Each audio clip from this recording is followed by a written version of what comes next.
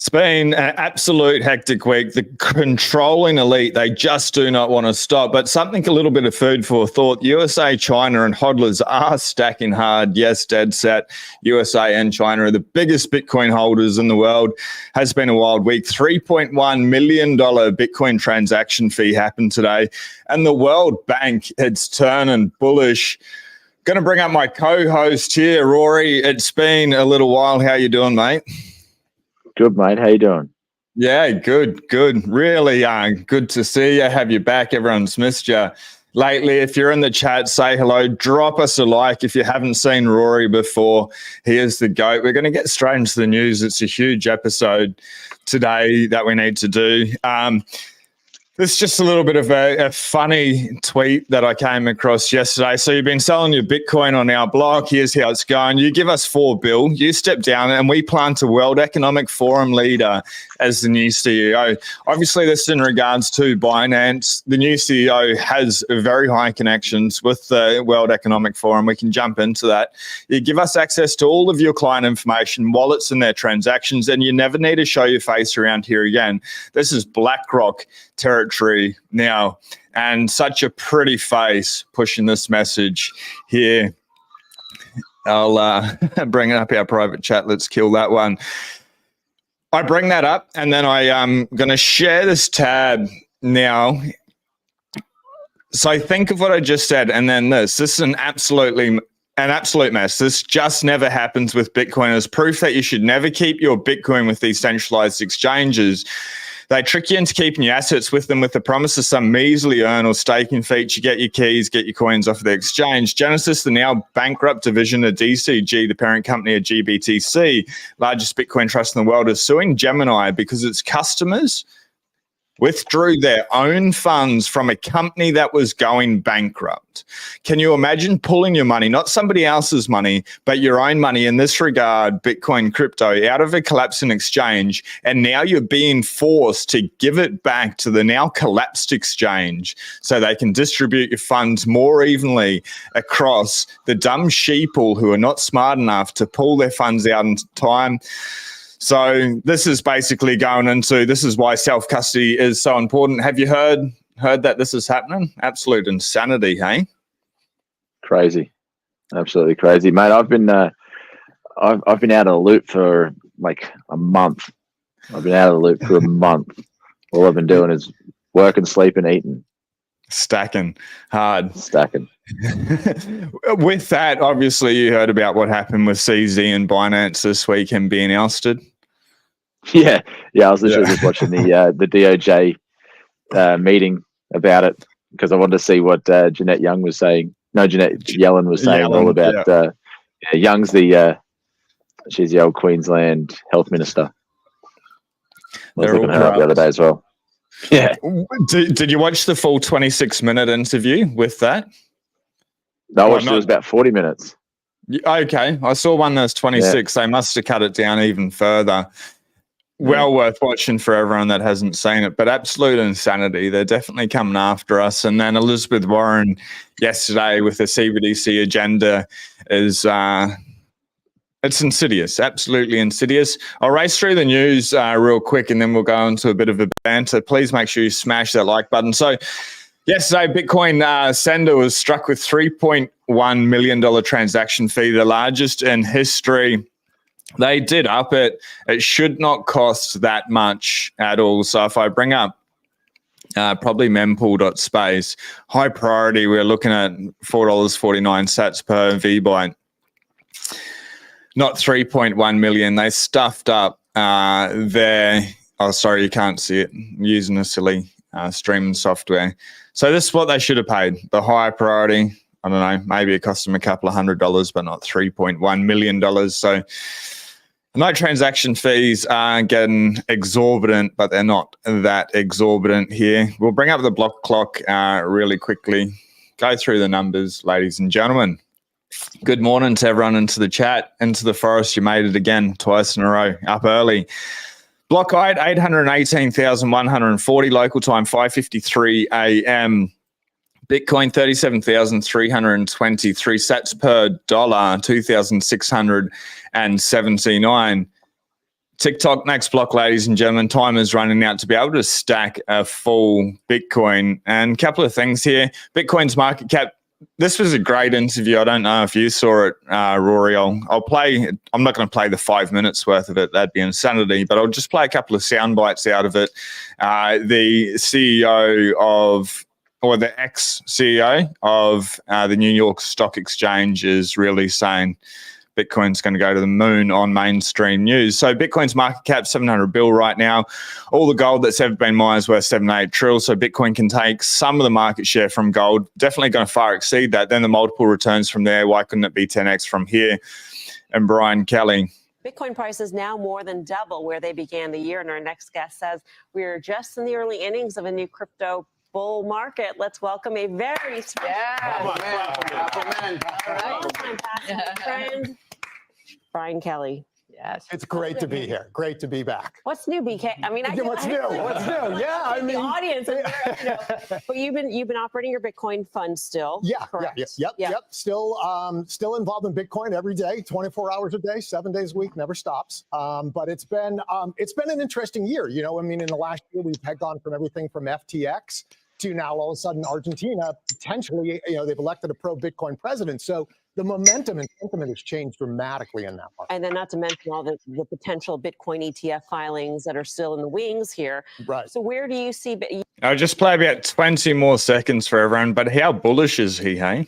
You don't have a price target necessarily on Bitcoin. Yeah. But what are you thinking in terms of where you are now? So there's a couple things. We know in the past that Bitcoin has had these 2-year cycles that are generally centered around the halvening. And so we have another halvening coming up in April. And I'm not one of those people that thinks the halvening is the actual catalyst, but it's one of those sentiment things that all of a sudden now you have a reduction in supply. Couple that with the fact that we have the Federal Reserve that is likely done for some time being of raising rates. And then they start printing money. But what are your thoughts on that? Could you hear the audio with that one, Rory? Yeah. I don't know about this Javier Milei. My friend's Argentinian, and he said that he is the 4th most voted president in history. But then I saw in a group chat I'm in on the Orange Pill app, they sent a picture of him, and he's on the World Economic Forum's website. Yeah, I'm going, I hope he's not another Trudeau, Yeah, another plant, another bot. Yeah, another one. But he's promising good things, and if he does like 50% of the stuff that he says, it'll be pretty good. Yeah, I guess like all politicians, they can't keep all of their promises, but if he can do a little bit of what he says, like you're saying, it'll ultimately be a lot better than what they've had lately. I don't know if you go ahead. I was talking to my friend because I was watching an interview on what Bitcoin did, and they spoke about how they have 2 different economies in Argentina. So I hit my friend up and I said, "Is that what it's like?" And he goes, "Yeah, it's not as exactly as that it was described through the interview that I was watching, but he said it's pretty close." Yeah, and there's like the government currency rate, and then there's the black market rate. So this Javier Milei, I think he's going to try to oust the Argentinian peso and put US dollars as the currency there. So it seems like it's already doing that, but he's going to make it official, I think. Yeah, it definitely is. I think the go-to currency over there. With that, he's going to like a lot of Bitcoiners get caught up, why can't he just go to a Bitcoin stand and stuff? But the thing that we fail to recognize or remember is El Salvador was dollarized before it went onto a Bitcoin stand as well. So even though... And they're still dollarized. Yeah. Yeah, they're doing both. Yeah.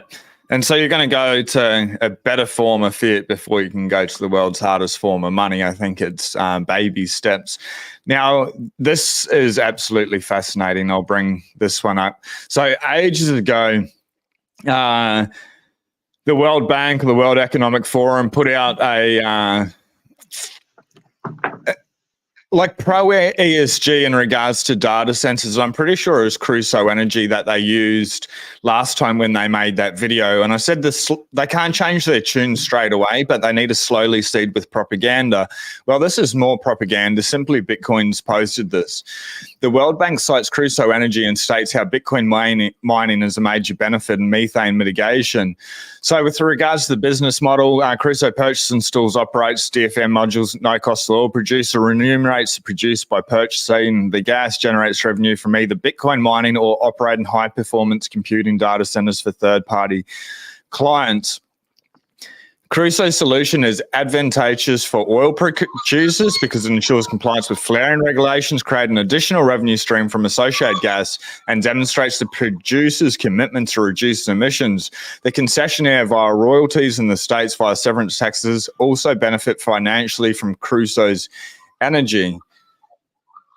This is the World Bank now coming out pro Bitcoin mining centers. I think it's really starting to line up for what's happening with Bitcoin. The elites know that they've been against it for so long. They've probably been stacking, in my opinion, probably for the last 14 years.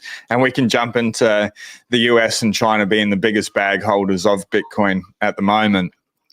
But I reckon now they're going to slowly start changing their tune now that BlackRock is coming out with this ETF. I don't know what your thoughts are and if you think this is bullish or bearish. The World Bank's now talking about Bitcoin.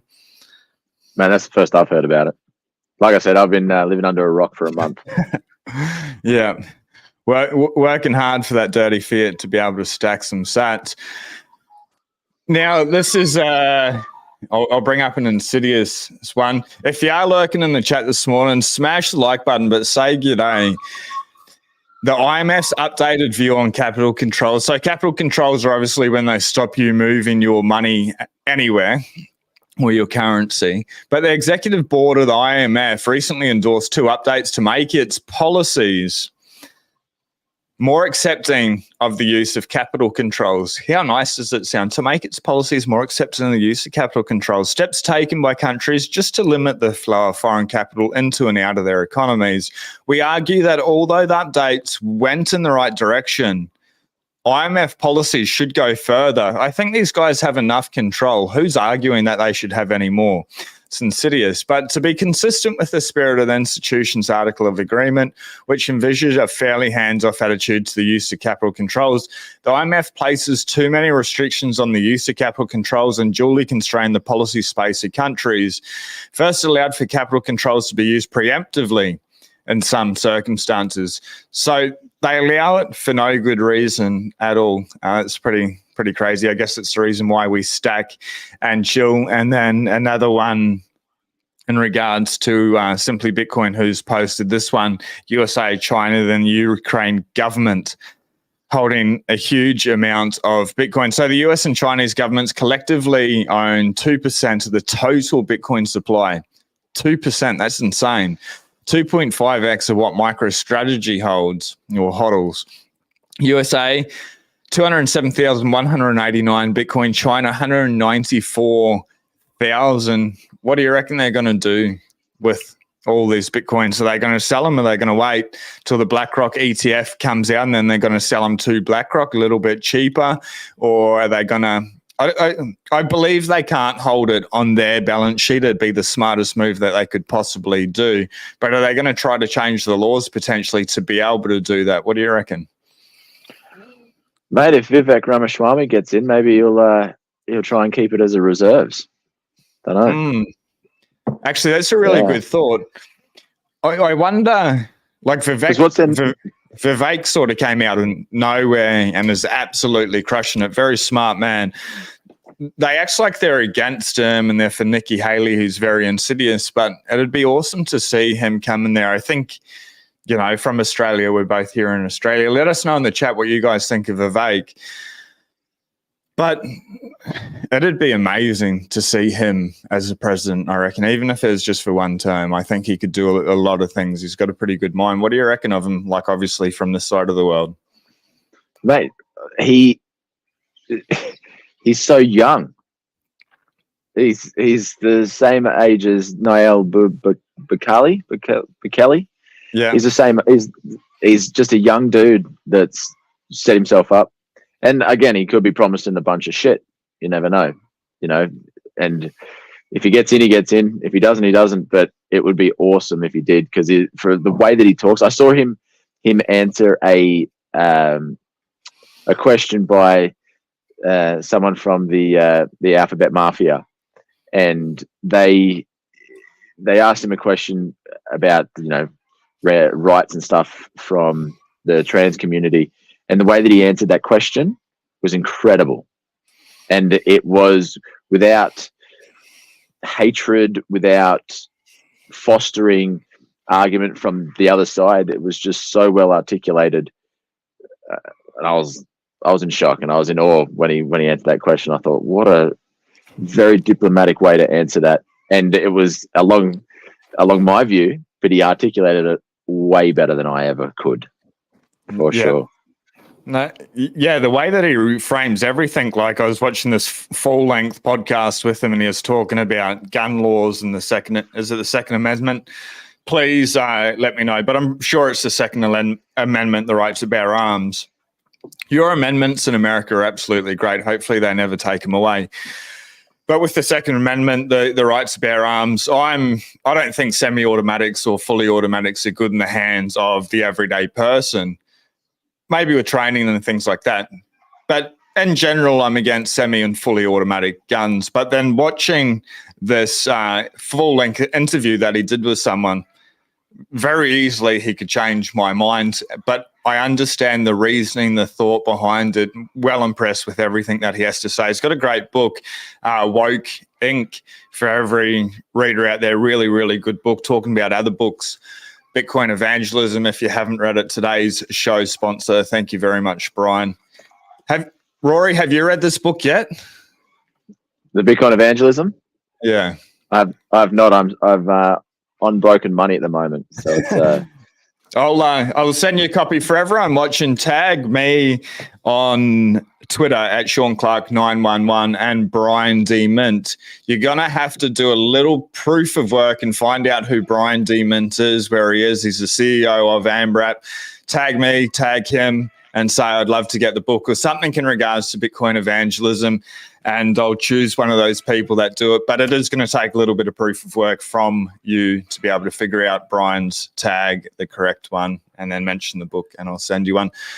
Rory, I'll send you one as well. It's a bloody great book. Really good book. Just bag it up with the Nautilus shell, my friend. I will do. I've actually got one here. A little bit of show and tell. Rory and I get a little bit off topic now and then, but I'll just show you something. So I found all these on the beach. Like I'd been searching for like 7 years to be able to get one. Absolutely beautiful. And then like one day I was like walking along and found this tiny little baby one. Anyway, apart from Bitcoin, the beach, the reef, some of my favorite things in the world, incredible shells and spiral. The world's a spiral. We move in a spiral through the system. Pure math. Anyway, real cool things. But yeah, I'll send you one. Now, let's get back into the news. Nobody is talking in the chats. They're all being lurkers. You're all weird. Say hello. It's not that hard. And subscribe if we do vibe. Okay, this is what I want to bring up, because this is why next year, I don't mean to be too bullish, but next cycle or after the halving, we are going to the moon, because Bitcoin holders, they're bloody psychopaths, man. The Bitcoin supply has been inactive for a year, hits a record high 70%. It appears Bitcoin holders are not planning on offloading inventory at these prices or any time soon. Most people, even if they want dirty fiat, are here for at least 100K. And I think we're going to far exceed. I don't give out price predictions, but I think it's going to be greater than 100K. That's probably the most you're going to get out of me, ladies and gentlemen. But 70% of people haven't sold, surpassing the last peak of 69.3569, the number of the channel here, yin and yang, number of infinity. So dinner for two. Dinner for two. I try keep this PG now, and I do a real good job of not swearing unless we're talking about altcoins, because ETH absolutely garbage, but I'm doing real well just to be able to articulate that you shouldn't hold ETH. It is a load of crap. Anyway, I want to get through a little bit of this. Happy Thanksgiving, everyone, as well, over in the States. We don't celebrate it here, but I think it's a great holiday. Rory, what are you thankful for? Being able to spend time with my old man. Yeah, awesome. Absolutely awesome. Your old man's a bloody legend. Tough as nails, hey? Yeah, works harder than I've ever worked in my entire life still. Yeah. And probably will. Yeah, I don't think I'll ever work as hard as he's usually up out of the house before I'm even awake. And he's inside after I'm inside. That's crazy. Yeah. Hey, good man. He's just a wombat for sure. A wombat. If you know anything about wombats, they're stubborn as fudge. Yeah, righto. They're a cool looking creature, real strange looking creature. Let's smash through the news really quickly because Bitcoin's at a nice price today. And a shout out to your old man. Actually, I take that back. Last time I said, say good day to your old man, I got in a hell of a lot of trouble. Let's bring that up in 2 secs. So this reflects a very strong belief Bitcoin holders base. Holy moly! 2 secs, I just got crazy sound in my ear. Strong belief from Bitcoin holders based in the wake of crypto-wide contagion. Macro headlines after its all-time highs in 21. The percentage supply that has not moved on-chain in 2, 3, and 5 years is also at a respective lifetime highs. That's huge news. People are stacking their holding. Rory, I'm going to race through the news quickly here. Samson Mao's latest prediction, Rob G. I did not at all. Let us know what it is in the chat. Peter Dunworth, Bitcoin advisor. There's the link. If you need any help with moving or protecting your assets, you can reach out to the Bitcoin advisor. I didn't bring that up to talk about them. Because they're a great company. But all of these CEOs selling stock in their company, creating large pools of personal liquidity to what end? The opportunity of a lifetime, the chance to front-run institutional investments in the best asset ever. So this in regards to CEOs at JP Morgan, BlackRock, Amazon, Apple, and now Facebook are dumping large amounts of shares in their own companies. China is dumping US treasuries fast-paced in 3 years, while the Japanese are offloading US corporate bonds fast-paced in recorded history. Do you reckon they are getting liquidity so when this ETF is launched that they can put it back onto their personal net worth or onto their balance sheets, or are they just trying to front run a knowing collapse of the stock market? Man, that's pretty friggin' interesting. Isn't it crazy? Eh? Mate, you got me trying not to swear now, and I'm making up words over here. I didn't know about that. That seems dodgy to me. It seems like they might know something that we don't. Definitely seems like they know something. So Richard Tang, the new CEO of Binance on the World Economic Forum. You mean it's pronounced Binance? Binance. That's crazy. Do you know Janet Yellen actually said Binance once in her speech? So she said she was calling it Binance the whole time, and then she said Binance once. Yeah, righto. I didn't hear her say Binance once. I just heard her say Binance all the time. And a couple of funny memes out of it. She's crazy.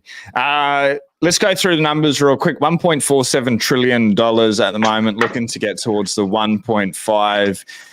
Bitcoin, 37,264 at the moment. High of 37,795. Getting close to that $38,000 level. From 38 to 40, from 40 straight to 42, then 45.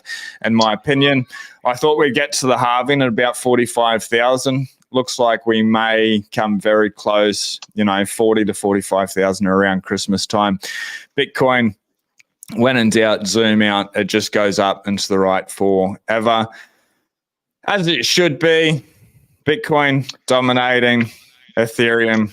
It's exactly where it actually should be a lot lower, and BNB is going to zero, ladies and gentlemen. Do you know what I just did? Yeah, go ahead. I do not. I had something for show and tell. You know that 1 ounce silver Bitcoin I got of gold? Correct. 1 ounce silver Bitcoin. Yeah. I just dropped it through the floorboards. Oh, wow. So now it has been a donation to the community. I don't know how to get under the house. No, under the house. I literally was just playing with it. Just rip it up, now. bro. Yeah, just that's hilarious. Just rip up the floorboards. That's what I'd be doing. I still got my my copper one, which is actually a Bitcoin wallet. I got that off. Not that there's anything on there, but I got it just because I wanted a physical Bitcoin, and then I got a silver one, and I was so happy with it. Now it's sitting in the dirt under the house. One thing I want to say to you before I forget is because there's a QR code on the back right of that. Yeah, you just showed that. So never ever put anything on there because it's now on the internet for everyone. So everyone out there, make sure you get your keys off the exchange. It's got a sticker on the back, so that's just the wallet address. Yeah. Okay. I'm not that new. Yeah, no, that's good. I still wouldn't be doxing my wallet address. Ladies and gentlemen, it's been a fast one. Hit subscribe if we vibe. Rory, sorry it's been so short. We ran out of time, run a little bit late this morning, but we'll jump back on very shortly.